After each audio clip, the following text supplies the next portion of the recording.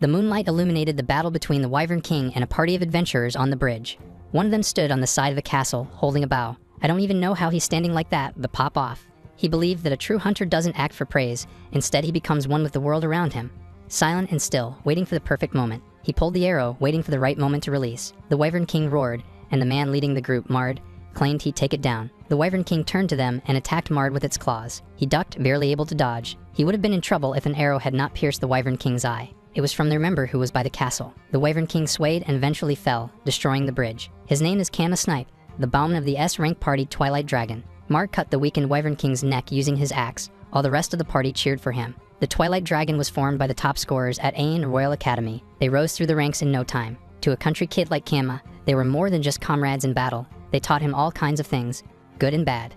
They had no secrets between them, but after they earned the S-rank title this past year, he started noticing the change. They were getting more praise, and with it, the arrogance crept in. Their leader, Mard, especially changed the most. They were celebrating their victory when Mard told Kama they needed to talk about what just happened. Kama didn't think it was a big deal and told him there was no need to worry because saving the party from danger was just part of the job. But Mard suddenly kicked him out of their party, Twilight Dragon. It didn't make sense, so Kama demanded a reason. He was getting kicked out for supposedly upstaging Mard. Kama could not believe it was all because of such a petty reason. Mard reminded him that a hunter's job was to stay in the back and pick off the small fry. He was clearly told that the boss was his, but he still went and pulled that stunt. It was his party, and anyone who steals the spotlight from him gets the boot. Why do party leaders all have the same trash personality? Kama questioned whether he was drunk, since the only reason he stepped in was because he was about to get himself killed. He usually doesn't lay a hand on the boss like he said, but the situation called for it. Yes, tell him, Kama. The prick got mad because it was true. He was getting too worked up, so the other members had to hold him back. One of their members spoke up. He didn't care who stole the spotlight, but he did have some thoughts about Kama. Mard was up front, they were in the middle, and Kama guards the rear. But honestly, guarding the rear was way easier, so it's unfair that they all get paid the same. Another member thought he had a point. A point? Yes, he did have a point. It was pointless. Four Eyes still had more to say. Apparently, the only reason they even let Kama join was because the headmaster asked them, but the headmaster had already died of old age, so there was no reason to keep him around anymore, and he should just get lost. Kama felt betrayed. The people he thought were his friends just said they only let him in out of obligation. Four Eyes sneered, claiming that they were only doing him a favor, which Mard agreed with. There was no way they were teaming up with someone who takes it easy and snatches the glory. Kama slammed the table. Sure, the hunter's role might not be flashy, but he's done his part, sniping down the trash mobs swarming in from afar. Mard scowled and doubted that was even true. Whatever, he didn't need his help to get by. Kama questioned if he really meant that, and it seems like he did. It was truly unbelievable. He always knew Mard was an idiot, but didn't think that he was actually this dumb. Still, he didn't really mind hanging around with that idiot. Kama turned away and bid Mard farewell. A true hunter doesn't act for praise, he becomes one with the world. Silent. Still, waiting for the moment to strike. Those were words passed down from Kama's clan, the Snipe bloodline. He had his bag on his shoulder as he walked through an alley. It looks like he still has a long way to go. The next day, the sun shone brightly at the kingdom of Gaeta Niga. Kama walked through the town, not knowing where he was supposed to work now. The only reason he was even in the Twilight Dragon was because the headmaster personally scouted him. Now that he's gone, he doesn't have a single connection left in this country. He wouldn't even be able to afford medicine for his sick little sister at this rate. The townspeople talked about the Twilight Dragon taking down the Wyvern King in one shot, when a carriage suddenly stopped by them. A woman got down and asked them about something, but it seems she wasn't able to get any information.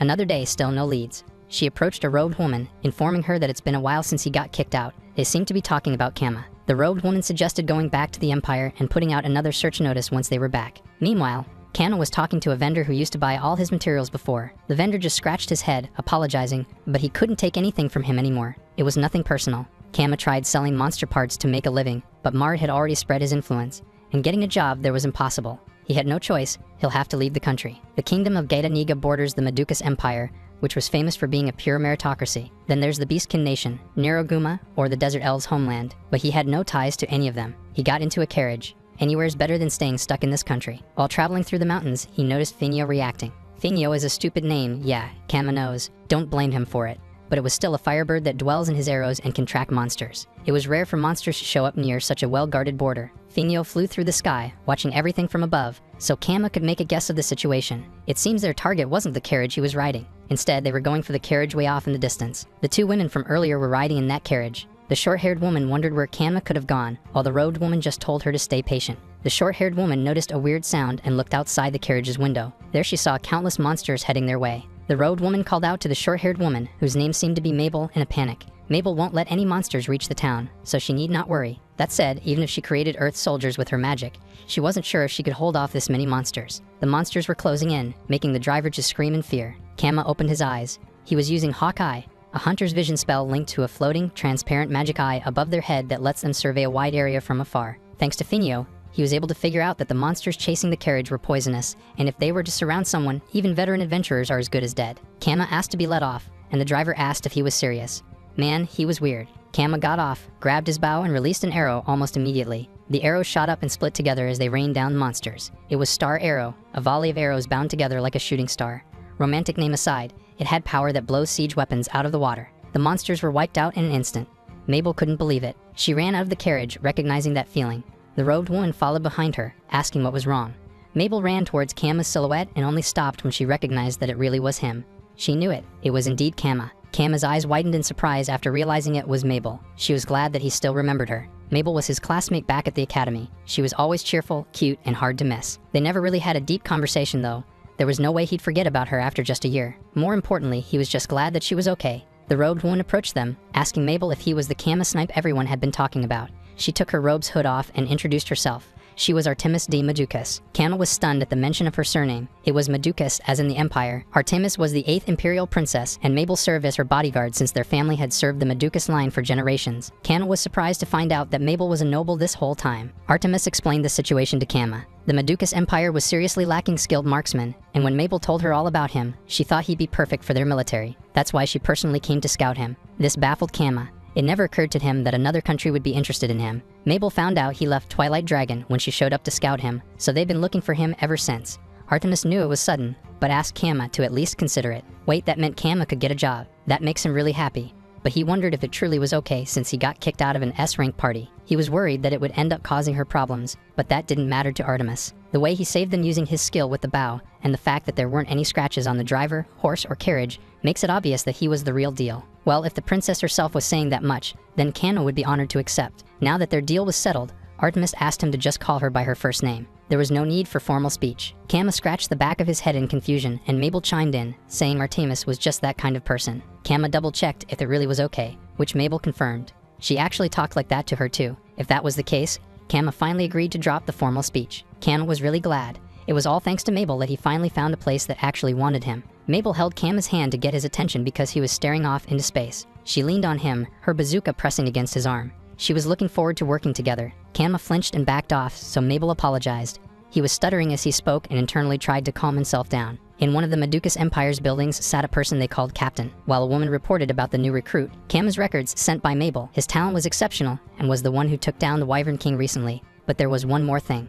The captain already knew what she was gonna say, even he couldn't believe his eyes. They were talking about where Kama came from, an abandoned frontier where humans have given up on living, a land of monsters. That place had mosquitoes that pierced through iron, birds faster than lightning, and starving beasts fighting to the death over prey. Even S-rank adventurers lose their lives in that desolate wasteland. If he really survived in a place like that, then his skills far surpassed anything that could be measured at an academy. No wonder his records at Aeon Royal Academy are maxed out, with his range being 99.99. The three, Kama, Mabel, and Artemis, finally arrived at the Madukas Empire's capital, Carter. It was a beautiful place, although it was much smaller compared to Gaida Niga. They got to the gate, and a guard used a magic tool to check their identities. Once they were cleared to pass, Kama was surprised at how fast the checkpoint was, so Mabel explained that the guards use a magic tool, a detector, and it works instantly. Their history was short compared to the Gaida Niga kingdom, but Artemis believed that they are second to none in terms of military and technological power. Kama looked out the window in amazement at the sight of buildings he'd never seen before. Since land was scarce, the Madukas Empire's buildings were built vertically. It was quite different, which Kama liked it.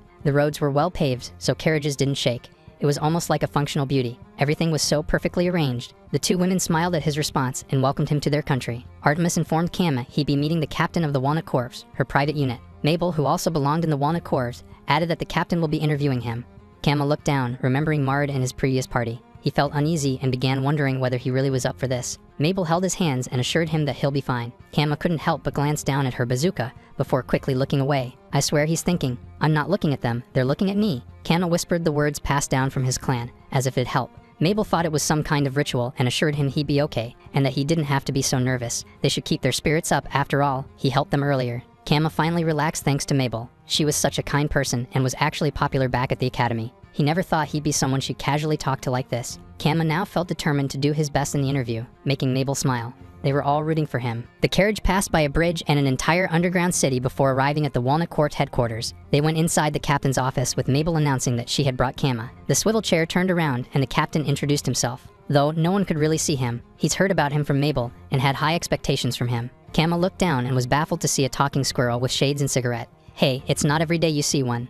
That squirrel is Merrick, the captain of the Walnut Corps. Merrick had a smirk on his face as he fixed his sunglasses. Whether he was a squirrel or not was besides the point. The Walnut Corps is full of weirdos anyway, so this kind of thing happens all the time. Since they got a new recruit, it was time to break out the goods. A woman approached Kama, informing him that he'd be taking an interview and handed him the unit manual. Her name is Charlotte Oswell, the vice captain of the Walnut Corps, and usually the one assisting Merrick. Suddenly, Merrick used his tail to slap Charlotte's peaches. It was the perfect timing for a sneaky peach tap. Merrick apologized to her because he just couldn't help but admire her stunning figure. She grabbed Merrick by the throat and choked him, claiming it was alright. Her words don't match her actions though. Kama's face paled, questioning whether the workplace was even safe. Mabel advised him to be careful because Merrick tends to cross the line sometimes and was basically a sleazy old man. Merrick retorted that he doesn't harass men. Kama side-eyed when he heard Artemis chuckle and point out that his nerves seemed to have settled. Merrick, who was being held upside down, told him that this was how things work there. Sure, they're a military unit, but they like to keep it light. Kama realized something and wondered if Merrick was pulling this nonsense just to make him feel at ease as he watched Charlotte and Mabel diss their captain. Just then, the door opened and another member of the Walnut Corps, Oscar Wilder, entered. He first went to greet Mabel, winking at her, and when he noticed Kama, he asked why there was another man there, so Merrick introduced Kama to him. Oscar screamed in agony. This was supposed to be his personal harem unit. Clearly, he was the only one who thought that way. Charlotte had enough of his delusional nonsense and proceeded to talk about the exam. Oscar put a smile back on his face like nothing happened. He lost his cool for a second, so he apologized. He actually doubled as the examiner. Oscar led them to the test site where Kama would be taking the interview exam. The test site was in the Walnut Corps underground training grounds. Merrick, along with Mabel and Charlotte, watched from a balcony looking over the site. Mabel used her magic, earthen barrier, to reinforce the ground with manipulated earth, and cheered for Kama. Meanwhile, Merrick explained the rules. Standing before Kama was an ice giant. He needed to destroy the ice giant Charlotte, created within 10 minutes without using skills or magical bows. Additionally, the giant will attack. If he takes even a single hit, Charlotte's protective magic will break, resulting in failure. Immediately after Merrick's explanation, the ice giant swung its fist to punch the protective barrier around Kama. The exam begins. Oscar had a smirk as he watched from the sidelines. In an empire where firearms reigned supreme, bows are ancient history. Back then, he destroyed the ice giant with rapid gunfire in just a minute, and there was no way Kama could take it down more stylishly than he did. He peeked out of the rock he was hiding in when he heard a loud noise and saw the ice giant's head on the ground. Oscar exclaimed in confusion. He couldn't believe that Kama took it down with just a bow. Charlotte, who was watching from the balcony, asked if Merrick saw that move just now. Merrick indeed saw it.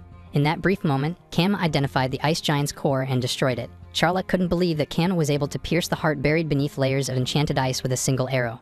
Merrick reminded her where Kama came from. Had she forgotten? Kama was a hunter who survived in the land of monsters, and his inhuman physical abilities allow him to fire multiple arrows in an instant with a monstrous bow. Suddenly, a bullet shot past Kama. It was from Oscar. His victory might just be luck, but now it's a duel, and whoever loses gets to live in the latrine. Seeing the situation from above, Mabel protested and asked Oscar to just let it go since they've already seen what Kama could do. But Oscar had his pride as an examiner too. Although Mabel did not need to worry because Charlotte's ice shield will protect them. If the shield shatters, Oscar will back down. Kama hid behind a wall and heard Oscar's gun reloading. He was able to figure out that Oscar loads about 20 rounds at a time. He ran to a corner, but he was met with Oscar's gun. He quickly ducked to evade the attack and hit the gun with his fist, causing both of them to be thrown back by the impact. Charlotte felt the shields disappear, so that means the match is over. Mabel was worried since Kama's a hunter, so close combat isn't his strong suit. However, Merrick told her to look. Those two were fired up. Kama drew his bow, asking if hand-to-hand combat was fair game, and Oscar playfully responded that he was mixing guns into his style too. Kama evaded the bullets that Oscar continuously shot his way. He had no chance to draw his bow. Charlotte was surprised to see Oscar struggling. He may be an idiot, but he was the Empire's top fighter. Meanwhile, Mabel found Kama insane for being able to dodge everything. Merrick agreed. He'd give Kama credit for avoiding Oscar's attacks, but the fight isn't exactly going his way. At first glance, the gunfire looked random, but it was actually controlling Kama's movements, forcing him into traps. Oscar was aiming to destroy Kama's sense of hearing. Oscar raised his foot to kick Kama, but Kama noticed his attack and immediately jumped up to avoid it. Oscar shot Kama, who was unable to dodge midair, but he was able to hide behind a rock wall. Although Kama was moving around, there were no footsteps and sounds, as expected of a hunter. However, Oscar was now hiding behind a tall rock that let him see everything from that position. And now, all he had to do was wait for Kama to come out.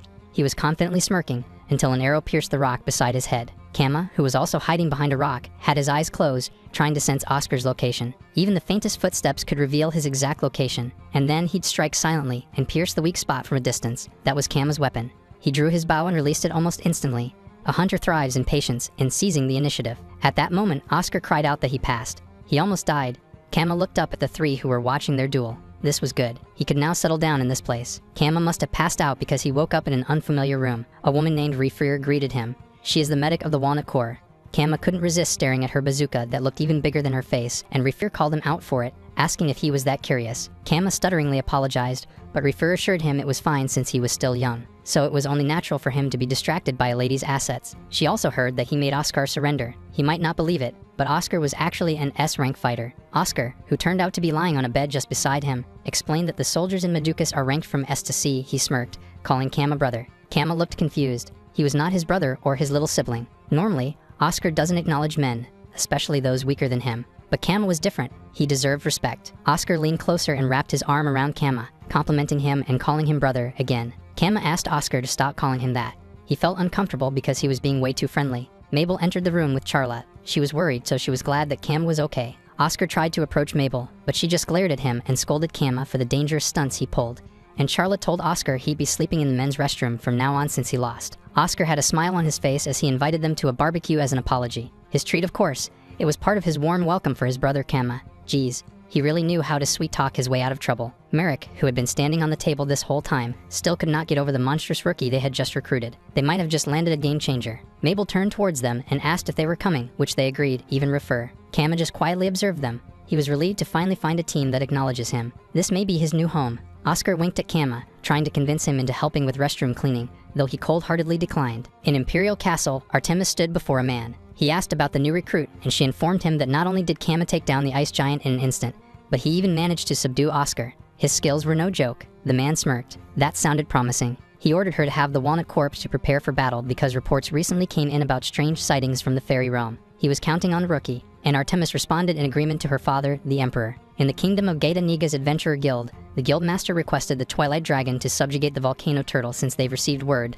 that it appeared in the forest near the royal capital. Mard, who was sitting arrogantly, flipped him off and ordered the Guildmaster to show more respect. The Guildmaster gritted his teeth and warned him not to interrupt as it was an urgent request from the kingdom. The prick just scoffed. They were S-rank adventurers, so they don't take requests from people who can't show respect. Four Eyes told the Guildmaster that there was no time to worry about Mard. He heard there was going to be a party hosted by the king tomorrow, meaning that dignitaries from all over the world would gather in the royal capital. And then, an S-rank monster appeared. If they don't deal with it now, the damage could spread to other countries. Mard sneered, asking the name of the strongest adventurer party in the royal capital. It was none other than them, the Twilight Dragon. The Guildmaster was left with no choice but to bow his head to that scumbag and begged him for help. Mard had a satisfied smirk, and agreed, acting as if he had no choice. Four Eyes asked about the payment, expecting 100 times the reward for defeating the Wyvern King since they had the track record. Crazy bastard just spouting nonsense. The Guildmaster was taken aback by the price, and Mard reminded him that negotiating with the kingdom was his job. The Guildmaster clicked his tongue. He'll have to negotiate a huge reward with the kingdom, so failure was absolutely not an option. Four Eyes got mad, questioning if the Guildmaster knew who he was talking to. Standing before him was none other than the great Mard with a very punchable face. There was no doubt that an S-rank monster would be taken down in seconds. Mard's ego was inflated so badly, and boasted about wiping it out with ease, or so he thought. They haven't even encountered the volcano turtle yet, but Mard was already out of breath. He was confused about what was going on. He was running into way too many weak enemies today, and this was the first time an adventure has drained him this much. That's what you get for kicking out the main character. The two girls, his new party members, praised him, saying they were glad that they joined his party, and Mard was obviously enjoying the attention. While he moved forward with the two girls, the three men were at the back, talking about him. Four Eyes laughed, making fun of Mard for being an idiot that will do whatever they wanted as long as they praised him. Swapping in girls instead of Kama makes Mard show off even more. However, it was true that ever since Kama left, they've had way more trash mob fights. They might need to start getting ready to run. At that moment, the monster, Volcano Turtle, rampaged behind them. Mard did not expect that it would not be in the mountains. The Volcano Turtle attacked the group, causing Mard to fly back and hit a tree. The girl from earlier found him ridiculous. He wasn't strong at all. How lame. Mard threw up and angrily asked why she didn't inform him that the Volcano Turtle was approaching. The girl just laughed, saying he should have noticed that himself and found his upside-down head hilarious. Mard fixed his head back to normal, wondering what had happened to the support magic. Didn't the mage always double his speed? But the mage was actually doing his job. Mard can usually read the enemy's movements so easily, unlike this time. It might be because he used up too much stamina fighting weak enemies. The Volcano Turtle opened its mouth to release an attack. A breath attack was coming. His comrades turned their backs and started running away, leaving him alone to fight. Mard was left crying, thinking it was over. However, before the volcano turtle could even release its attack, an arrow passed through its neck, one-shotting it. Mard's eyes widened in surprise as he recognized the attack. There was no way it could be the person he was thinking of. But, drumroll, he was right. It was Kama, who shot the attack from the town. Merrick, who was sitting on top of Oscar's head, asked him what was wrong. Kama just felt the tremors from the volcano turtle, so he went ahead and repelled it, thinking of the nearby damage. Oscar seemed proud. It was as expected of his brother. Charlotte felt relieved to have Kama because it was all thanks to him that they didn't encounter any monsters along the way. It was no wonder he's rated as range 9999 at the academy. Rafire agreed that it was all thanks to Kama shooting arrows along the path, and even Mabel had the same sentiments. They were able to arrive at Gaida Niga easily because of Mard. The Walnut Courts were assigned to attend the party held in the kingdom of Gaida Niga as escorts for Artemis. Mabel found the situation familiar to that time Kama saved them by the carriage. Kama was moved, but soon looked away. He believed he hadn't done anything special. He watched Mabel walk away, finding it weird that he was grinning like an idiot when Mabel just sees him as a fellow squad member. If he was the only one getting self-conscious, then that's just creepy. Mabel suddenly looked back, as if she remembered something. She complimented Kama about how he looked in his military uniform. They matched now. Kama looked away, mumbling that he was a hunter, one of the two forces of all creation. The group stayed in the guest hall located in the royal capital, Niga. Charlotte laid out the map of the venue on the table and had the list of guests in her hand. She also handed an earpiece to Kama. It was a magical communication device that they can use to talk to each other even from opposite ends of the venue as long as both users are wearing it. Kama took it and asked whether it really was okay to have such an expensive-looking item. He was surprised to learn that the earpiece was a special item that Merrick made.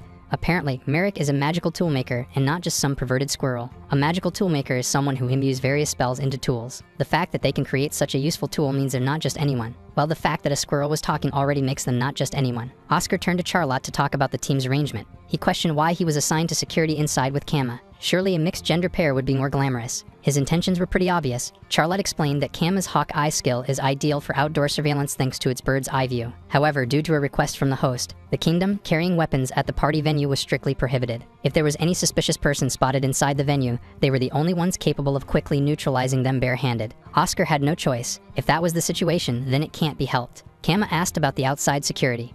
Mabel and Charlotte will keep watch over the castle garden using their golems, while Reefer will be escorting Artemis. Night came and the party finally commenced. Artemis had Reefer escorting her, and there were various nobles around the venue. Merrick asked about the situation inside the venue. Based on Kama's observation, there wasn't anyone acting particularly suspicious. Just then, someone recognized Kama. It was Hestia, the first princess of the Gaida Niga kingdom. Merrick questioned their relationship, but there wasn't anything. He just helped her out a little while back, and only met that one time. Kama kneeled as respect, but Hestia told him to be more at ease. She's actually been thinking about him because there was a report from Twilight Dragon that he had gone missing, so she was worried about him. That surprised Kama. If anything, he was exiled. After understanding what had happened, Hestia suspected that the report about the volcano turtle's subjugation might also be false. She heard that the Twilight Dragon was able to defeat the volcano turtle even without Kama. Even her royal guards were talking about it. Kama actually took care of the subjugation himself, but he was glad that the kingdom didn't suffer any damages. Hestia promised to express her gratitude through official channels later, but Kama couldn't accept it because he was no longer an adventurer. Still, Hestia insisted and bowed before bidding him goodbye. Kama seemed troubled as Merrick tapped his shoulder, suspecting that Hestia had feelings for him. An old man like him can tell just by that face. Kama denied it though, since he was just a commoner. Suddenly, the lights went out and Kama felt killing intent. He quickly moved at the call of his captain Merrick. He activated night vision, a hunter's skill that allows him to see faintly even in complete darkness. He informed Oscar of the assassin's location and told him to guard Artemis. Then he instructed Refer to take Artemis and escape to the 9 o'clock direction. That should prevent a surprise attack. Kama grabbed a plate and threw it at the man attempting to kidnap Hestia and knocking him out. He stood behind her and asked if she was okay. Hestia recognized his voice and asked what happened, so he told her that an assassin was targeting her. Seeing that they targeted Artemis and Hestia, their goal was probably to kidnap important figures from the kingdom.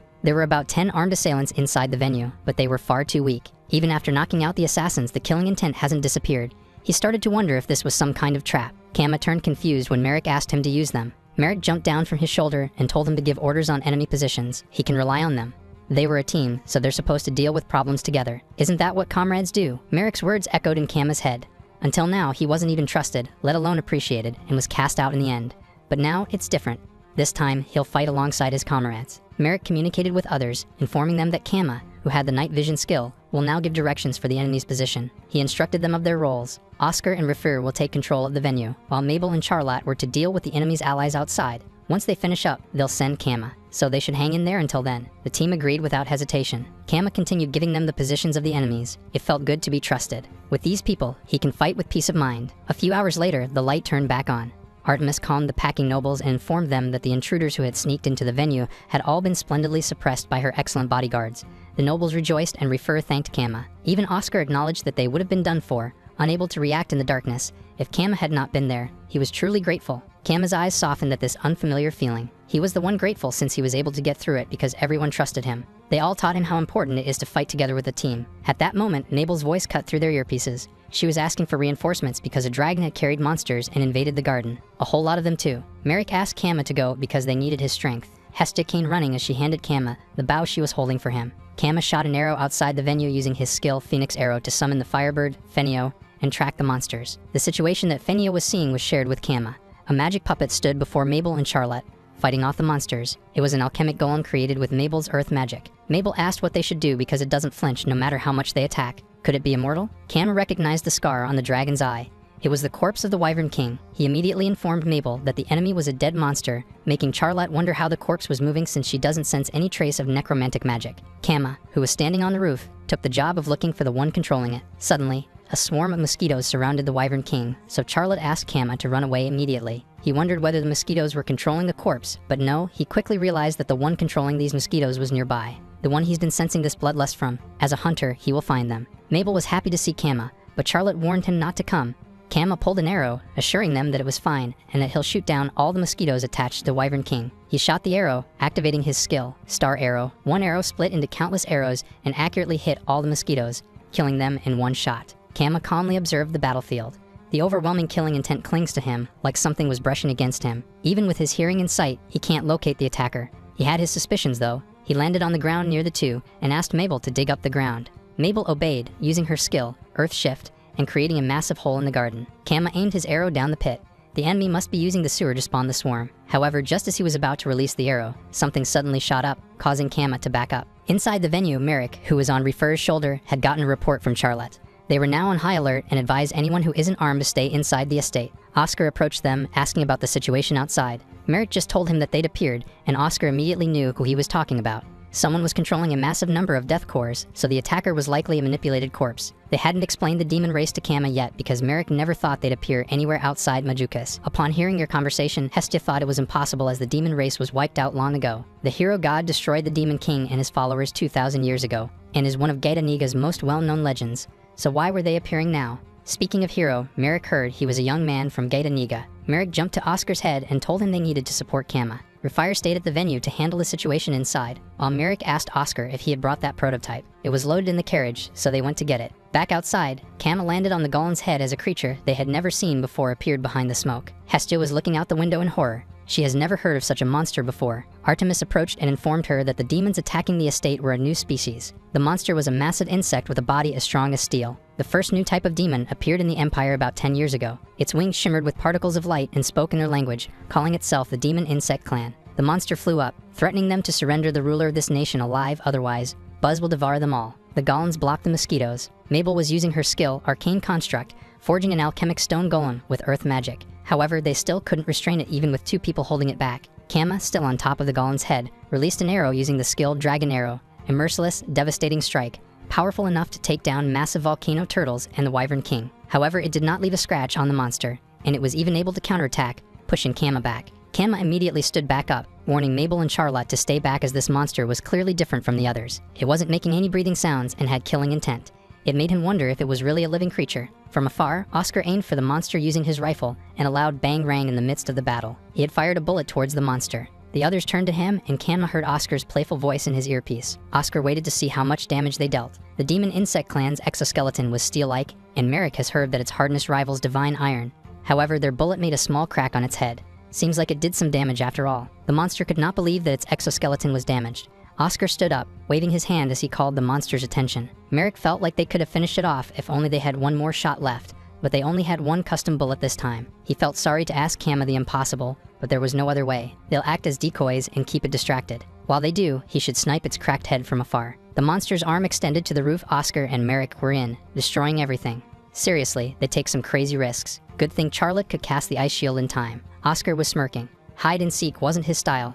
Tag was more his game. Meanwhile, Merrick had a small bazooka and shot out countless balls that had his face on it. The monster questioned whether he really thought that would work and called the buzz to attack. The buzz had the same nature as sewer-hatched insects, so Mabel buried the ground to make it unable for them to spawn. Behind all that smoke was Kama. He's going to infuse the dragon arrow's power into the star arrow, binding multiple star arrows together and forging a single beam of light. He'll hunt down anyone who threatens his comrades' lives. He released his arrow using the skill Ray Arrow. Oscar and Merrick gave him a thumbs up for doing well. The monster fell to the ground, confused. He saw Kama approaching and realized it was his doing. Kama shot another arrow, destroying its head. The monster couldn't believe it was being overpowered. That was a disgrace to their clan. If his body gets destroyed, the demon insect king will kill him. Kama had gathered plenty of intel from this battle. The sound, speed, and weight of the demon insect clan's exoskeleton. Based on that, its wing mobility likely meant it'll retreat into the sky. The monster flew up the sky to run away. However, Kama had already seen through everything. No matter how far he runs, he'll hunt him down, alongside his trusted comrades. He released another devastating attack, completely destroying the demon insect this time. He is Kama Snipe of the Walnut Core. The explosion was visible even from the town, though the people thought it was just a simple firework, and Mard, who was smoking outside, complained about the loud sound. He went back inside and saw Four Eyes, Koskinen, with their girl member on his lap, while the other smoked. Mard asked what he was doing, and Koskinen replied that he was just bonding with his comrades and not worshipping anyone. They even invited him. There's honestly something wrong with this party. Mard just left, telling them to do whatever they wanted. He thought about Dek, who got crushed to death by a volcano turtle, when two guards suddenly approached where he was. Watching them was a helmeted man, talking to someone on the phone. He was informed that Ushurika, the demon insect Kama fought, lost to humans and its body was taken. He ended the call as the two guards grabbed Mard. He just found a rare specimen. Humans are species bestowed with special roles from the heavens at birth. A swordsman gains exceptional sword skills. A hunter becomes a master archer, but that's not all. Destiny dictates their true role as living beings, and Mard's fate was to be the lying hound. He was fated to be the stepping stone, and his superhuman strength burns bright with jealousy. If Mard had superhuman strength, then it seems like he could withstand experiments as well. Back at the venue, Mabel and Charlotte approached Kama, who had just defeated the demon insect. He was glad that they both made it out safely. Oscar and Merrick approached from behind as well, praising the two. Even Rafire, who was inside the venue, came out to check on them. The worried Rafire came to Mabel, asking if there was anything unusual, and healed her. She hugged Mabel, saying she needed to take care of even the smallest wounds properly since she was a girl. Mabel pulled away, thanking and assuring her that there was no need to worry. Oscar noticed Reefer's troubled expression and asked if she was still thinking about the thing from before. He assured her that Mabel will be just fine as long as they were all together. More importantly, he wanted her to treat his wounds too. Reefer just told him to put some spit on it and it should heal. Oscar found her cold, but she already knew that he didn't have a single wound on him.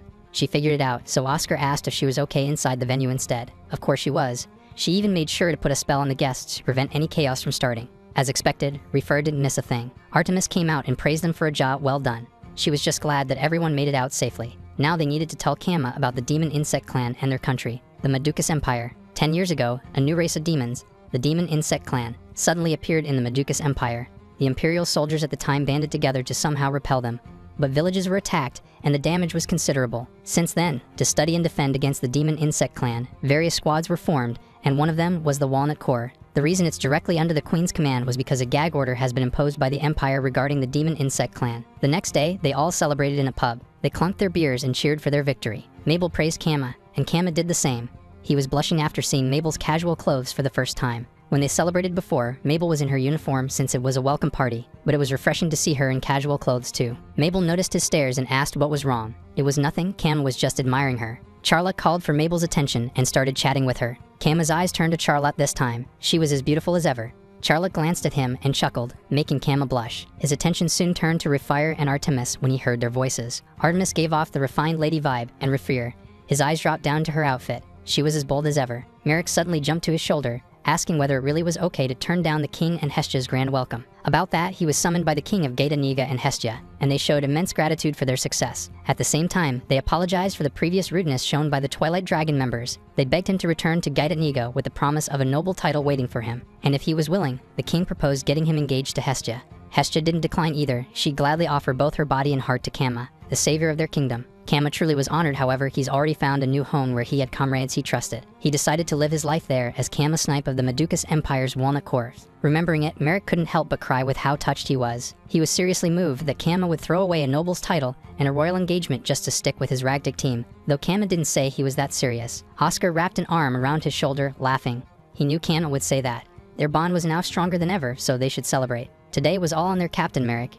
Kama asked Oscar to give him some space, but he was ignored. Merrick encouraged them to drink like there's no tomorrow and asked Charlotte to just put it on the squad expenses. He was so stingy. Artemis spoke up. She'll cover for everything, so they could eat and drink as much as they liked. Kama turned to her, asking if it was alright for her to come all the way to the castle town. But she actually enjoyed sneaking into town like this and often went shopping or took strolls with Mabel. Mabel agreed. Artemis loves fashion, so they go to the tailor a lot. She was actually the one who picked out the Walnut Squad uniforms. Mabel thought this time's design might have been a bit bold, though Artemis found it cute. She added some flair based on noble trends, and the thinner the fabric, the more artistic it felt. Then she asked for Kama's opinion. Kama thought it suited Mabel, but he didn't know where to look. Refire thought it might have been a little too spicy for Kama. Also, she picks her own clothes too, so if there was an outfit he wanted to see her in, he could just say so. Still, Mabel thought Kama was cool. It was amazing that he took down the enemy in one strike, though Kama believed that it was because everyone helped him and he really didn't do much. Charlotte cut him off and agreed with Mabel. If it weren't for his efforts, they wouldn't know what could have happened, so she was grateful. Charlotte offered him a drink and filled his cup, while Refire fed him a tempura. Mabel interrupted them, saying they'll just confuse Kama if they push drinks on him like that. Refire teased Mabel, asking if she was jealous, though she denied it. In that case, Charlotte was free to offer more since she's always wanted to have a proper talk with Kama. Refire pointed out that she was being awfully forward, and Charlotte just reasoned that they were off duty now. Refire agreed and went ahead and leaned on Kama too. Mabel tried to stop them, but Oscar suddenly interrupted, making his presence known if it was looks they wanted. The four stared at him as if he was out of his mind and went back to talking. Refire hugged Kama from behind, telling him to come over. Oscar, who was watching all this, stayed smiling and commenting as if it was nothing. Merrick thought he needed to face reality already. After their celebration, they all decided to head home. Oscar and Refire will take Artemis back and Charlotte will escort, more like Cage, Merrick as well, so Kama and Mabel were left alone. They started walking to head back. Today, Kama stared way too hard at Mabel and the others in their casual clothes, got spoon-fed by Charlotte and Refire, and broke every hunter's code. A hunter does not act for praise. He becomes one with all things and silently waits for the moment. Those were his ancestors' words, but he lost to his desires. He just apologized to them, making Mabel wonder what he was muttering about. She suddenly remembered something and asked for his hand. After Kama held out his hand, Mabel handed him a phoenix charm. He was strong, so he may not need it. But just like Merrick said, the Walnut Corps often takes on dangerous missions. That's why she's giving him this charm. Kama smiled as he held the charm tightly. He was thankful to her and promised to treasure it. Inside the prison of the kingdom's castle sat the beat-up leader of Twilight Dragons, Mard. He winced in pain and scowled. The princess, Hestia, may look kind, but she was brutal. He remembered her cold face as she held a whip. With 2 guards behind her, she couldn't forgive him for exiling Kama and causing him to end up in Madukas. Mard couldn't help but curse at his situation when he suddenly heard something fall. It was the lock of the prison cell. He smirked at the thought of being able to leave, however, the possibility of it being a trap concerned him. Still, if he had to rot in there, then there was no way he's ending like this. Even with an iron ball chained to his foot, he kicked the cell open. In an unknown city where the demon insect clan resides, Yushirika watched the footage of his fight with Kama. A fellow demon insect approached behind him, asking what footage he was watching, but Yushirika just told him to shut up. A screen appeared showing a man. It was like a video call. He complained about the noisiness and asked what was going on. Dragonfly, a class magi, insect replied that Yushirika was whining because his machine got trashed, so he'll go this time and have some fun with Kama. The man on the screen easily approved, surprising Dragonfly. George from the demon tribe, and the same one who found Mard, claimed to have found something even more interesting. Dragonfly's interest was caught and asked whether that someone was stronger than Kama. George denied. He was not stronger, but was rather persistent. Dragonfly immediately lost interest upon hearing that it was a weakling and pointed out how George was still into weird stuff. He sat down and held the controller. It was time to launch his machine. Just like that, another machine from the demon insect flew up in the sky, rushing forward. The demons are low-key just tech nerds. In the Walnut Court headquarters, Mabel, who was wearing casual clothes topped with an apron unlike her usual uniform, greeted Charlotte and Kama and offered them the pudding she made. The two gladly took some, when Oscar, who just got back from examiner duty, suddenly entered. Charlotte asked if the candidates were talented since the field test took quite a while. About that, one claimed to be an S-rank adventurer, so Oscar expected someone really strong, but they were too weak to even talk about. Still, they wouldn't stop begging to be placed in S-rank. He ended up humoring them until they gave up. Charlotte asked what rank he gave them, and of course, it was C rank, though he wonders if they'll manage because their country's C rank is full of oddballs. Kama sympathized with him, and Oscar noticed they were eating pudding. Fortunately, Mabel made a portion for him too. Kama wondered if S rank was the highest in the Empire. Indeed it was. Basically, they had A, B, and C ranks, then a few S rank squads. Everyone in their Walnut squad was S rank, and sometimes there are exceptional S ranks beyond even that. Kama thought S rank sounded amazing, and Oscar noticed him looking detached. He assured Kama that SS rank wasn't a dream if it was him. He's worked as an examiner for years, but he's never met someone as rare as him. He says that, but Kama remembers Oscar pulling 2 pistols and cornering him. It seems he was still holding a grudge, so Oscar apologized. It had been a while since he met someone strong and got a little excited. Kama finally forgave him and gave him his share of the pudding as well. Well, who could resist pudding? Mabel wondered where Refer was. Charlotte asked her to bring Richter since they hadn't introduced her to Kama yet. Richter is the Walnut Corp behind-the-scenes collaborator. She usually shuts herself in the lab and rarely comes outside. Rifar finally arrived, dragging a black-haired girl. She was Richter, the Mikan Court captain. Mabel greeted her, while Charlotte introduced Richter to Kama as a scientist. Kama greeted her and noticed how slender she was. He's not blushing cause her bazooka weren't that big. Kama was introducing himself when she walked past him and went to grab a pudding. Mabel chuckled. Richter really couldn't resist sweets, so she gave her all of the pudding she made. Richter immediately took a bite, enjoying the sweet taste. Then she apologized to Kama before introducing herself. Since Kama looked a bit overwhelmed, Refer decided to explain. Richter is the captain of the Mikan squad and also a scientist. She develops bullets to fight the insect clan. The bullets used in the recent battle were made by her. Kama turned to Richter and asked if it was possible for her to enhance his arrows as well. She asked to see the weapon for reference, so Kama handed her his bow. She inspected the bow. She's never seen this material before and asked what it was made of. Kama's grandpa told him it was called the Elven Bow and was made by forest fairies. Richter asked for a little time and she'll see what she can do. Richter silently stared at Kama, so he asked if something was wrong. There was nothing. Instead, she was interested in his eyes. She invited him to her lab sometime to show her every inch of his body. It looks like Kama really caught her interest. Richter was looking forward to working with him, but Kama felt iffy now and just thanked her. In the Meducas Empire's C-rank headquarters, a bunch of adventurers were gathered, including Mard. One of the adventurers approached him and introduced himself as Gato. However, Mard scowled at him. He's an S-rank adventurer, so there's no way in hell that he's getting all friendly with some C-rank nobodies. An adventurer wearing a bandana whispered about his attitude, and another with side bangs even heard from the guards that Mard was a branded criminal from Gata Niga. Well, even criminals are forgiven in this empire if they were strong. All that matters is that they can fight. Mard clicked his tongue and cursed Oscar. Questioning what about him screams C-rank. The bandana guy warned him to watch his mouth because Oscar was one of the most powerful in the whole country. Mard said something about climbing the ladder by pulling connections. However, Gato told him it was impossible as this country was merit-based. He didn't know how Mard lived before, but in Meducas, connections and money won't get him anywhere. Speaking of which, the side bangs guy heard that Oscar had taken notice of an S-rank member of the Walnut Corps. The bandana guy heard about it as well and would love to meet them at least once, though there was no way they could meet someone like that so easily. That's why he'll get stronger so he could meet that person. Kama, someday. Gato encouraged them to keep working hard and tapped Mard's shoulder, advising him to talk less and put in more effort if he wanted to rise up. Mard slapped his hand away and arrogantly claimed he'd crush them with power and rise to the top. The one everyone will praise was him. Mard and anyone who gets in his way won't be forgiven. My guy really thinks he's the main character. Just then, the megaphones connected to the posts announced that nearby monsters had become violent due to the appearance of an S-rank monster in Sasuno Forest and commanded the C-rank assault squads A through G to evacuate residents and eliminate the weaker monsters.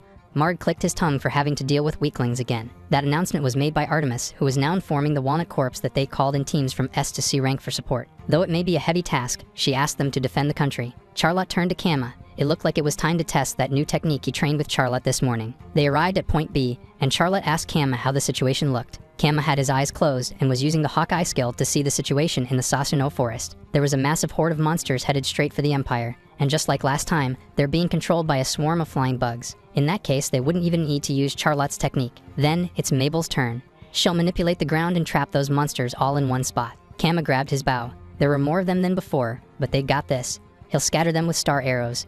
Kama used his skill, star arrows, while Mabel used earth and shift. Countless arrows rained down in the area and gigantic rocks grew, making them visible from afar. Gato, who was fighting the weaker monsters along with the other C-rank adventurers, heard the monsters' cries. It looks like the S-rank squads started fighting. Mard turned to the explosion with wide eyes, wondering what the hell was going on out there. Artemis made an announcement again using the megaphone. She informed them that Point B has been secured, and that the S-rank Walnut Squad's Kama was sweeping the enemies one by one. Mard turned confused. Did he hear that right? Did she just say Kanama? No way. He couldn't believe that Kama was in this country. More so, an S-rank. He scowled, but the bandana guy noticed he was spacing out, and reminded him to keep his eyes on his surroundings. Mard cut off an enemy's head with his axe, claiming he could handle mutts like this on his own. He rushed off to the growling monsters and cut off their heads. Gato was not impressed with the lone wolf act, and the side bangs guy complained that it just gives the rest of them more work when he goes off on his own. He's amazed that he even made it this far. The bandana guy sneered. Mard wouldn't be there with them if he really could have survived on his own. And even now, he's just dragging everyone down. Ro was getting cooked left and right. Marg got angry and distracted, causing an enemy to slip through for an attack. He was saved by a fellow C-rank swordsman, warning him that he'd be dead if he let his guard down. The Walnut Corv defeated the monsters in Point B. Mabel praised Kama, but he insisted that it was thanks to Mabel that they were able to take them down smoothly. All that's left is for Oscar to snipe the exposed demon insect. Kama decided to scan the area with eagle sight to locate them, when an explosion suddenly occurred in the forest. That's where Merrick and Oscar are. Kama immediately jumped to go and check on them. Inside the forest, Oscar was bleeding as his head hit a tree trunk. Merrick tried to snap him out of it. This is bad. Kama landed on the ground, calling out to Oscar. Oscar sat up and leaned on the tree trunk, apologizing. It looks like you can't fire anymore. Kama asked if he was okay. He is, but the enemy was difficult to handle. It was as if they'd anticipated every move they'd make, almost like they watched their last battle. Dragonfly flew towards them, confirming their suspicion. It released a bright laser beam-like light, so they ran off to dodge, with Kama carrying Oscar. Dragonfly confessed that he went over the footage of their last battle frame by frame. He sneered and guessed that they'll use the rifle to crack his armor, then hit the gap with an arrow. He taunted them to do it, to break him to pieces. If they won't make a move, then he will. Dragonfly dashed to attack Kama, who dodged, so Dragonfly was unable to hit him and ended up hitting the ground instead. Chain-like hooks came out of Dragonfly's back and rushed to try and bind Kama. However, Kama was able to swiftly evade them. Kama observed Dragonfly. He was way faster than the last demon insect. He tried to calm himself down to think and figured out where its heart was. No, before the heart, there's something else. Even though it's moving right in front of him, he can't feel a single trace of life from this thing. As he wondered why, a memory from the past resurfaced. He remembered his adoptive father, Genkoji, telling him that not everything in this world can be seen with his eyes. A true hunter needed more than just sight and sound, and most of all, he needed to think. Beside him was his little sister, Felisa, looking at him as he listened to their father. Genkoji reminded him to understand his opponent's actions, instincts, and emotions. When he focuses on those things, he'll start to see what was invisible before. He shouldn't let his assumptions trap him. He had to use his mind's eye and strike with that. That was it. He almost messed up, but thanks to Genkoji, he now knew what he needed to do. Kama turned to Charlotte, suggesting to use that move. Charlotte used her magic as Kama pulled back an arrow. He had to focus and sync up with Charlotte's rhythm. They smiled at each other, their preparations were now complete. Kama aimed his arrow, ready to attack using their combined skill. Zero Coffin Arrow. Charlotte used her technique at the same time. Cam released his arrow and attacked Dragonfly, trapping him in ice. The skill they used, Zero Coffin Arrow, wherein Cam's star arrow fused with Charlotte's ice magic, unleashing the same power as the legendary spell Sheila's Coffin, an absolute zero-grade magic that freezes and seals anything it touches. Kama spoke to the earpiece and informed everyone that he can't feel any aura from Dragonfly, same as last time. It was just speculation, but he had a suspicion at what the demon insect might be. After finishing their mission, they came back to the capital city, Carter. The three sat on a table as Refer approached them, informing them about Oscar's condition. Apparently, he's going to be fine and was just sleeping. He had no critical hits, so there was nothing life-threatening. She's already treated the burns and he should wake up soon. Kama felt relieved, and Merrick knew Oscar wasn't the type to go down that easily. Then Merrick asked about what Kama said earlier. Kama explained that the demon insect they saw moving in front of them wasn't a living creature, but just a shell. It had no will of its own and was basically a puppet. Merrick asked if it will like a golem, but it wasn't. If it were, there should have been someone nearby controlling it, but Kama didn't see one. Someone was piloting it from somewhere else entirely. Even if they destroy that body, it doesn't mean they've defeated the demon insect. They've got to have a nest somewhere that they needed to find. That made sense. However, he tried scanning the area again with Hawkeye after, but he couldn't find anything that looked like a nest. If Kama can't spot it with Hawkeyes, Merrick suspected that it might be in another dimension. There was nothing Kama can't see, so if he couldn't find it, it had to be in a separate space entirely. Charlotte thought it wasn't impossible. The Meducas Empire's technology is pretty advanced, but it's very possible that the enemy's technology surpasses even that. In the battle earlier, they only made it out because they managed to freeze him, but their goal and their home base were still unknown. Merrick lit a cigarette, which Charlotte took. They've got a lot to figure out. First off, they needed to work on strengthening their skills. The fusion arrow worked, but it was still unstable. Merrick agreed. In that case, they were doing it. A Walnut Squad training camp. If they were going to sharpen their techniques and make them rock solid, they needed to eat, sleep, and train together nonstop. They'd eat together, sleep under the same roof, and hit the bats as a team. It'll deepen their understanding of each other and strengthen squad unity. Well, this took a turn. Refer wondered if he meant that he wanted to hop in the bath with them, which Merrick agreed with.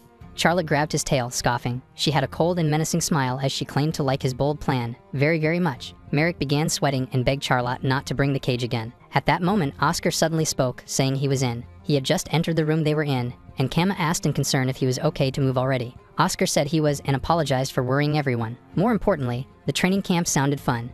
Charlotte looked at him like she knew what he was thinking, so Oscar immediately denied any weird meaning behind it. It was just that the move fails if their rhythm doesn't sync, so they needed to get closer and more in tune for their combos to stabilize. Well, that actually made sense.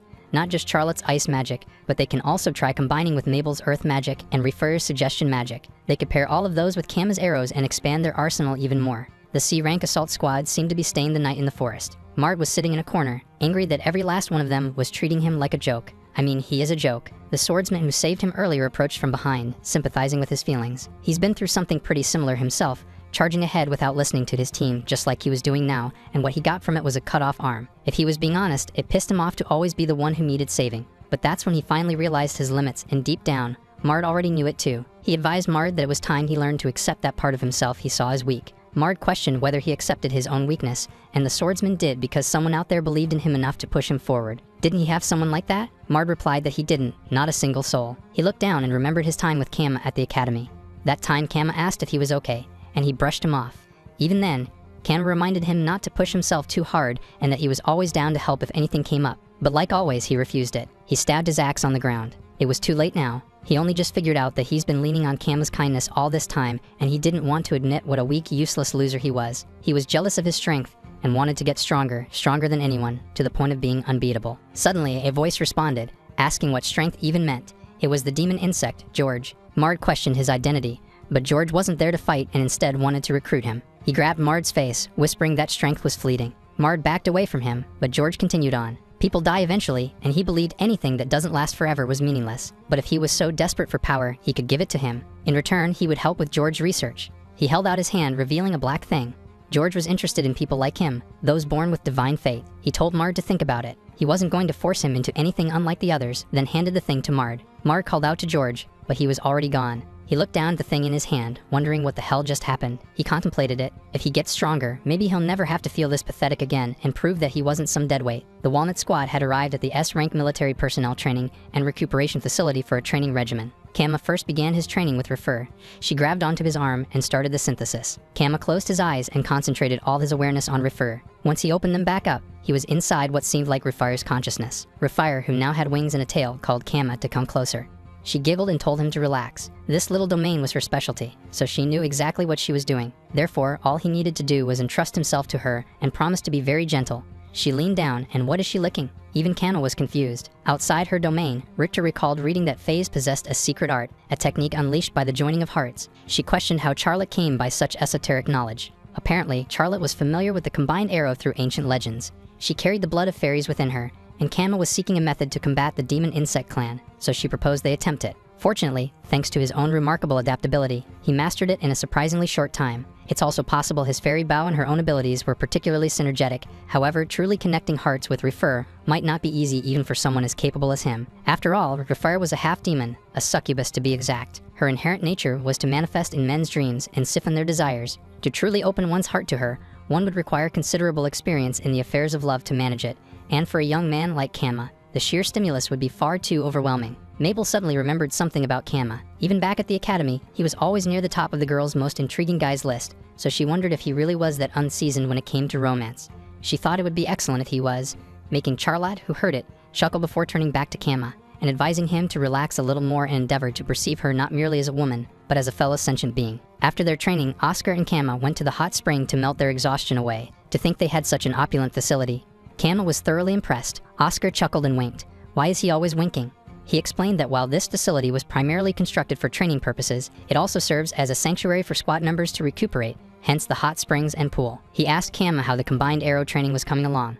About that, Kama actually had something he was hoping to ask him. His training with Refer continued for days, but he seemed quite unfocused. Mabel asked if that was the special training for the combined arrow, which Charlotte confirmed. To successfully unleash a combined arrow, their hearts must truly connect. The bond will deepen and strengthen by revealing their unfiltered true selves to one another. Just then, Richter approached them. She had just finished researching Kama's fairy bow. Back at the hot spring, Kama consulted Oscar about romance because Charlotte happened to say that becoming a maestro of romance might be the shortcut to truly connect with Refer's heart. Oscar rambled on about how overjoyed he was that Kama approached him of all people to seek counseling on love. Kama just stayed silent, complaining that Oscar was so much. Kama turned to the side when he noticed Merrick floating on the water with his own small wooden tub. Merrick was disappointed that he was stuck with the two, when he was yearning to be in the hot spring with the ladies. Suddenly, a voice came from behind them. It was the ladies that Merrick had been wanting to bathe with. Kama asked what they were doing in there, and Refer replied that they just strolled in from the women's bath. It appears the baths were interconnected. Kama quickly covered his eyes and was about to leave, but Refer assured him that she didn't mind sharing the bath. Merrick jumped in joy, but was immediately warned by Charlotte not to misinterpret the objective of this training camp. Right, their purpose was to strengthen their combined arrow technique, and for each member to focus on their individual training. The ladies jumped into the hot spring, making Oscar laugh. Refire certainly had a knack for casually exceeding their wildest imaginations. Kama looked back when he heard Mabel's voice scolding Richter not to swim in the hot spring and recalled her explicitly stating swimsuits were forbidden. And yet, Mabel was currently without a single stitch, causing her to scream as she went to grab her towel. Kama, who was silently watching them, blushed madly. His heart couldn't take this much and collapsed on the water. After bathing in the hot spring, Mabel handed Kama a glass of water and asked if he was feeling alright, because Oscar told her it was his first time experiencing a hot spring, so he might have gotten a little too warm and lightheaded. Kama sat up, scratching the back of his head and laughing. He was relieved that they just thought that the heat got to him. He apologized for being a nuisance and felt mortified letting her see him in such a pathetic state. Mabel disagreed. He wasn't the slightest bit of a nuisance. Besides, he was constantly coming to her rescue, so it was perfectly fine to lean on her for a change. She would be happy if she could be of any help to him. Kama thanked her for her kindness, causing Mabel to blush. She told him about a story from a long time ago. When she was very small, she was attacked by a monster, not that she had any clear memory of it. They said some kind people from the Empire saved her back then, so now that she's been assigned to the Walnut Squad, she desperately wanted to be useful to someone, no matter how small the way. She aspired to be a source of strength for those in need, just like how she received help all those years ago. Kama smiled at her words. He truly believed she's already doing a tremendous amount for the Empire. She was also always the one encouraging him, and even worried about him and lends him a hand, like how she gave him a glass of water now. The blushing Mabel mumbled Kama's name, staring at him. Kama stared back at her, not saying anything, but the tension lingered in the air. Suddenly, Oscar entered the room, looking for Kama. Then, apologized for interrupting when he noticed Mabel with Kama. Mabel quickly left in embarrassment, bidding them a good night. Oscar asked if everything was alright, and Kama explained that they were just conversing. Oscar questioned if it wasn't a heartfelt declaration of love or anything of that nature, and Kama quickly denied. They were just discussing her childhood, and he was expressing his gratitude for certain things. Oscar was surprised and asked if he heard about the tale of her being attacked by a monster in her past. It was precisely what they were discussing.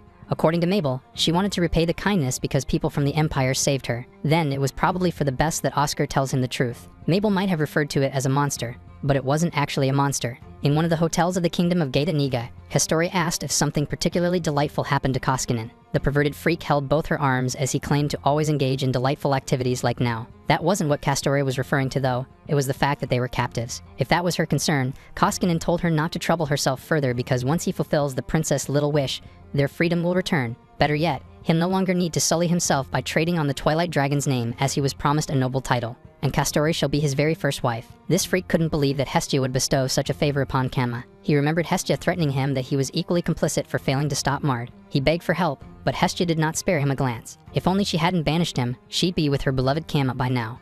She simply cannot fathom a world devoid of Kama. If her wish was for Kama's return, Koskinen asked her to entrust the matter to him as he had the most excellent stratagem. After all, he was his dearest friend. I smell BS. Kama, with his ridiculously overblown sense of justice, undoubtedly would have stuck his nose into the less savory enterprises he was planning. That's precisely why he manipulated Mard into ensuring his banishment. But that country bumpkin, Kama, cozying up to a fool like Mard, and then having the audacity to catch Hestia's eye. The absolute nerve. Although he could definitely make use of that. He called forth the other woman of their party, who seemed to be high, and told her to attend to his needs, unless she preferred not to be his second wife. She immediately obeyed. While that was all happening, the mage of their party sat on the desk beside the bed. He sighed. If only he could turn back time to how things were. He thought of Kama and Mard, wondering what had happened to the both of them. A battle was taking place in the Madukas Empire's border. The C ranks provided support for the B ranks to not allow a single monster to set foot in their territory. This wave of enemies was a cut above the usual rabble, so Gata reminded them to stay sharp. Some military personnel already collapsed on the ground as they dealt with countless dragons both in the land and sky. Back at the training facility, Kama was now practicing the combined arrow technique with Mabel, and they were perfectly in sync. Kama complimented Mabel's magic, and she immediately beamed with happiness at Kama's praise. Richter observed the combined arrow with Mabel. It was a diamond steel arrow. It pierced through the fragments of the demon insect clan she embedded in the target. Mabel's earth magic, combined with Kama's energy, refined the material to the point that it could penetrate the demon insect clan's exoskeleton. It was still unstable, but Mabel was glad it worked. Both Charlotte and Refer praised her while the men just watched them fondly. Meanwhile, military personnel continued to defend the Madukas border. They shot the dragons with arrows and fought them with swords, however. They still seemed to be losing. An announcement from the megaphone rang through the place. All the C-rank strike squads were called to eliminate the monsters that had breached the border. Mard held his axe, gritting his teeth. So they were just cleaning up. Gato exclaimed that it was their turn to move. It was their job to take down the ones the B ranks let slip. Gato rushed forward the dragon with his shield up, acting as a tank. The others took advantage of that and attacked the enemies. However, one of them slipped past to the rear. The rear squad was mostly supply staff, so it was poorly defended. It was Juby's unit, the man who spoke to Mard that night. Mard clicked his tongue and ran to the rear. They were about to follow him to help when more monsters came flying towards them. Gaeta watched Mard run off on his own and hoped that Juby was safe before returning back to battle. When Mard arrived, Juby's unit had already been annihilated. They weren't able to make it in time. Seeing the crow feasting on Juby's dead body was the last straw for him. He dropped his axe and collapsed to the ground. It can't be helped that they didn't make it in time, just like with his former member Deck. When he turned around, he'd already been crushed by a volcano turtle. He tried convincing himself that it wasn't his fault, but it was hard when he thought of the exact opposite. He was blaming himself for not being able to do anything at the crucial moments. Memories from his past came rushing. That time when he was still a student in the academy, his father assured him there was no need to worry because he's already arranged for him to graduate at the top of his class. From that day on, he was the leader of the Twilight Dragons. If he didn't have power, he could just buy it with money. And that time he was already an adventurer. He told his father about the brawl at the tavern, and his father immediately took action against those who embarrassed him. The Kamising family was a prestigious noble house, and they'll have merchants cut ties with anyone who defies him. It had always been that way. His father handed him everything: money, power, status, and grades. He couldn't help but laugh. It was only natural that he couldn't do anything on his own because the real him had bad grades, was weak, and was nothing special. Mard never wanted something built on lies. What he wanted was true strength. Mard completely broke down as the crows flew towards him, with one of them even plucking his left eye. He felt helpless as he stared at the thing George gave to him. In the training facility, Camel watched the night sky, holding the charm Mabel had given to him. He remembered Oscar's words about the monster that attacked Mabel. It wasn't just a monster, it was from the Demon Insect Clan. Kama never imagined that Mabel was attacked by the Demon Insect Clan in the past. Oscar still vividly remembered how cruel it was that the Walnut Squad's medic sealed all memories of that time, so she wouldn't suffer and could live without the weight of it. They were all shocked when, after 10 years of disappearance, the Demon Insect Clan showed up in Gaitaniga again. They worried that Mabel's memories might return, although Rafael, the one who inherited that sealing technique, said it wouldn't unravel so easily, so he thinks she'll be fine. Of course, Mabel doesn't know that she was attacked by the Demon Insect Clan, and that those painful memories were erased. They just quietly watched over her. That's why he'd like Kama to look out for her too. Kama agreed without any hesitation. Mabel was a precious comrade after all. He won't let the Demon Insect Clan near her and vowed to eliminate them. He will protect her no matter what. Meanwhile, Mard, upon reaching for the thing handed to him by George, turned into a demon insect. After spending time in the training facility, they were finally back at the headquarters. Kama went to the training ground, determined to give it his all again. He turned to look behind him when he felt a presence and was greeted by a man. Artemis' father, the Emperor. Kama wondered if he was from the Imperial family, and greeted him back. He was about to introduce himself, but the man already knew who he was. He's heard of the rumors in the army that he was an exceptional hunter, though Kama believed that he still had a long way to go. Still, it was quite impressive that Kama noticed him even though he completely masked his presence. He grabbed a spear and asked Kama for a sparring since he'd been curious to see just how capable the rookie that Merrick trusts really is. Kama was surprised at the mention of his captain, and this man before him even called Merrick by his name. That means he's not a squad member, but a captain level from another unit. Good thing he didn't speak casually. The man will be using the rubber spear he picked out, and they'll start from a proper distance to avoid any weapon advantage. Kama thanked him for his consideration and pulled an arrow from the quiver on his back. The man finally introduced him as Anch. They didn't have much time because his daughter will scold him if he's late to the morning assembly. And so their match began. Anch spinned his spear and stabbed it on the ground, causing the ground to shake. His presence was on a whole different level, as expected from someone of captain rank. It's been a while since he sparred with a live opponent. The last time was with Oscar, so it felt refreshing. Kama was about to release an arrow, but Anch stabbed his spear to stop Kama from attacking. Though Kama was able to calmly dodge it, no matter how fast his opponent moves, it doesn't matter to his eyes because he can read every move Anch would make just from his gaze, muscle movement, and everything else. Kama swiftly jumped up behind him and released his arrow. However, Anch was able to block it easily without even looking back. Then he turned around and lunged his spear to counterattack. Kama landed on the spear and used it to jump backwards, landing behind Anch and pointing an arrow to his neck. Anch smirked. They were just about ready, and their bodies should be warmed up by now, so he was going all out. Kama jumped back as he watched Anch. He once heard from his clan that seasoned warriors can use the divine blessings of their Jiao class to enhance their bodies. Just then, Artemis, with Merrick on her shoulder, entered the training ground. Merrick went to his dorm to wake him up, but the dorm matron told him he was here. He glanced behind Kama and saw Anch chuckling. Merrick got down to the ground, lying on his stomach as he greeted him respectfully. Kama watched Merrick in confusion, wondering why the captain was being polite. Could it be that Anch was someone more important, like an executive? Anch just smiled at Merrick and greeted him casually. Artemis approached Anch and reminded him not to push himself too hard because he wasn't young anymore. Kama was confused to hear her call him father when he looked like he was only in his 30s. No, more importantly, if he's Artemis' father, that could only mean one thing. Shock and panic slowly crept in. The man he fought must be the Emperor. They arrived at the Emperor's throne room and Kama kneeled to apologize for what happened at the training grounds. He was unaware of his identity and acted rudely. Anch assured him that it was fine since he was the one who approached him. He apologized for deceiving Kama. He just wanted to see his full capabilities. So he hid his identity on purpose, but he could feel free to be more relaxed around him. This was a good chance to tell Kama about the dragon insect clan. They've received reports from the border guard that monsters just suddenly attacked. Upon investigation, it seems they were driven out of their habitat by a giant creature. Around that same time, their military intelligence team also submitted a report from Alfheim, the fairy realm. They believe the dragon insect clan has started full-scale activity as large enemy silhouettes have been spotted frequently lately. The fairy realm, that was the forest near the Empire. Entering the forest without proper gear meant death within 10 minutes. The fairy realm was literally a forest where fairies live, and it was developed in extremely high-density magic all year round. Kama wondered why the Empire leaves such a dangerous place alone, but it was actually simple. That forest was a treasure trove of resources. The fairy realm was extremely dangerous. It was called one of the world's 4 greatest unexplored regions alongside 7 Stampedes, the Abyss Wood, and 7 Fall Prison. However, it's a known truth that danger comes with treasure. The Empire's rapid development as a newly formed nation is largely thanks to the abundant resources obtained from the fairy realm. That's why they don't dare destroy it even while knowing the dangers. Merrick had his guesses after hearing that. It seems the Dragon Insect Clan is also after those resources.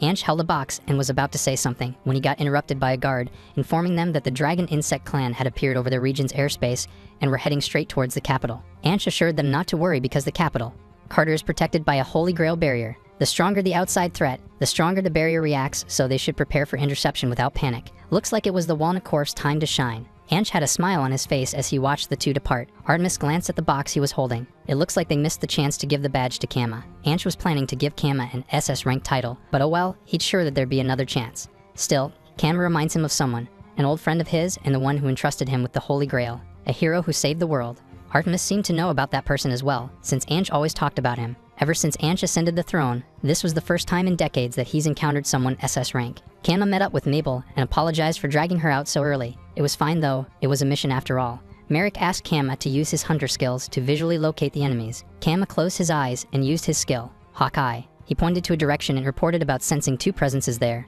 They were the same demon insects that attacked Gaida Niga. Kama asked permission to fire the composite arrow from there. Merrick agreed and gave his permission. Since they were inside the barrier, he could just go ahead and unleash it. Kama grabbed his bow and asked Mabel if she was ready. It was time to show the results of their training camp. There were 2 demon insects flying in the sky of the Meducas region. They were piloted by Yushrika and his junior, who he was talking to in what seemed like a video call. Yushrika was mad at George for valuing some wingless runt instead of them, though the Empire's barrier should be nothing to his influencer swarm. His junior suggested they go and crush the capital. Carter already, since winged types like them aren't cut out for resource gathering. More importantly, his new influencers have double the buzz compared to last time, so it was an easy win. Yushrika menacingly laughed as he agreed. It was now time to teach those lower life forms a proper lesson. He used Cyber Lunch, a dragon insect tactic where remote flying insects called buzz are used to kill the target, then hijack their corpse. Suddenly, his junior's voice, shouting that he was going to die, reached his ears. He had been hit by something and they could see another attack approaching. It was an arrow. However, it was too late. His junior's body had already been destroyed. He asked Yushrika what that thing was, but Yushrika didn't answer. Instead, he told him to run because the hunter, Kama, had arrived. Kama had used the skill Piercing Shot. It was an arrow of adamant steel and a super dense magical projectile crafted from Mabel's earth magic. When fired by Kama, it becomes a simple, one-sided force of destruction with pinpoint accuracy from extreme distances. A message just came in Merrick's earpiece saying the dragon insects that appeared in the sky had been shot down. Mabel held Kama's hand. She was happy that they succeeded and were perfectly in sync, though he believed it was thanks to her earth magic, because his arrows alone couldn't pierce their outer shells. He'd like to refine this technique even more, so they won't be able to get close to Mabel again. Mabel was beaming as she firmly held Kama's hand.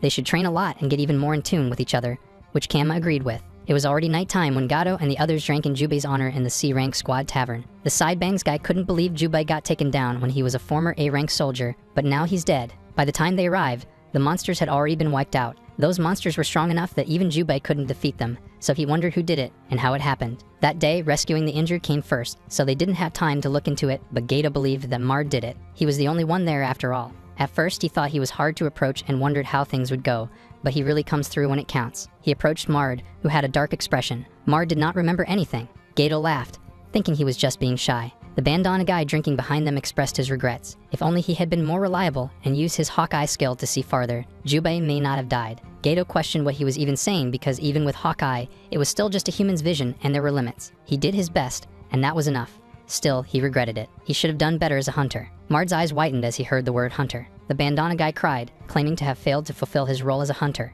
and Gato tried to comfort him by saying Jubei did not blame him. The word hunter echoed in Mard's head, as if there was something else inside him that was taking over. In his case, George decided to use hunter as the keyword. It would be the trigger that activates him. Mard's eyes turned black as he clutched his head in pain and ended up banging it on the counter, getting the other adventurer's attention. Gedo asked if he was drunk, and the side bangs guy grabbed his shoulder in an attempt to help him stand. However, he was pushed back when Mard's left arm stretched out into what looked like countless insects' legs. The tavern was destroyed in a flash while the C-rank adventurers watched in horror. Mard's arm turned into long scorpions. He kept mumbling about how much he hated that hunter, Kanma. This was terrifying.